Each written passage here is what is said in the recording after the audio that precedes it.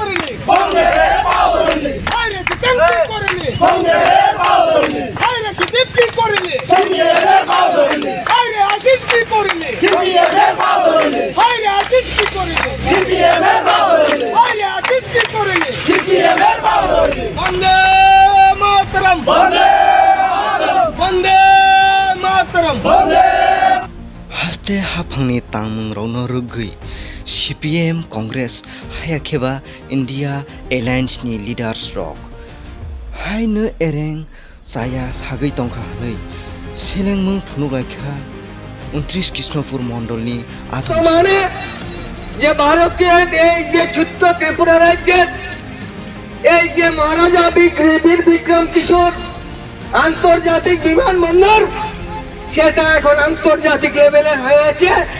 আপনি ত্রিপুরা থেকে ভারতবর্ষে এমনকি পৃথিবীর যে কোনো দেশে পাড়ি দিতে পারেন, সেটা কি উন্নয়ন না? আমি জিজ্ঞাসা করতে চাই মার্কসিস্ট কমিউনিস্ট পার্টি এবং তথাকথিত ইন্ডিয়া জোটের লোকেদের যে এটা উন্নয়ন না? তাই আপনাদের সেই কুৎসিত মনোভাবের জন্য আপনাদেরকে ধিক্কার জানাই।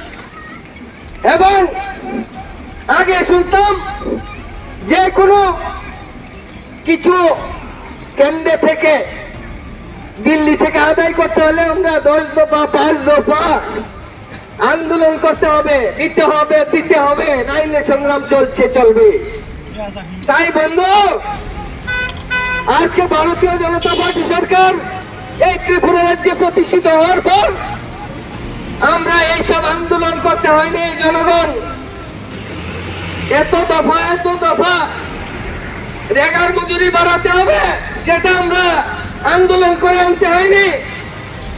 আমাদের সামাজিক ভাতা কোথায় ছিল 600-700 টাকা, বর্তমানে এই 6 বছর রাজত্বকালে ভারতীয় জনতা পার্টির সরকার সামাজিক ভাতা, বৃদ্ধ ভাতা, বিধবা ভাতা, বিকলাঙ্গ ভাতা 6 বছরের মধ্যে 2000 টাকা করেছে।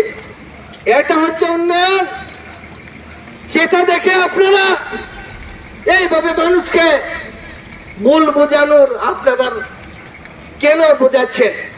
কারণ আপনাদের এই গদি চলে গেছে, কিছুদিন সহ্য হচ্ছে না বন্ধু। 35 বছর বহুত করেছেন, তাই মানুষ আপনাদেরকে এই খোয়াই নদী দিয়ে বিসর্জন দিয়ে দেবে। এবং আমরা যদি বলতে হয় ওনাদের এই কুৎসার বিরুদ্ধে, ত্রিপুরা রাজ্যে বিগত আপনাদের আমলে কয়টা এক্সপ্রেস রেল ছিল? ত্রিপুরা আগরতলা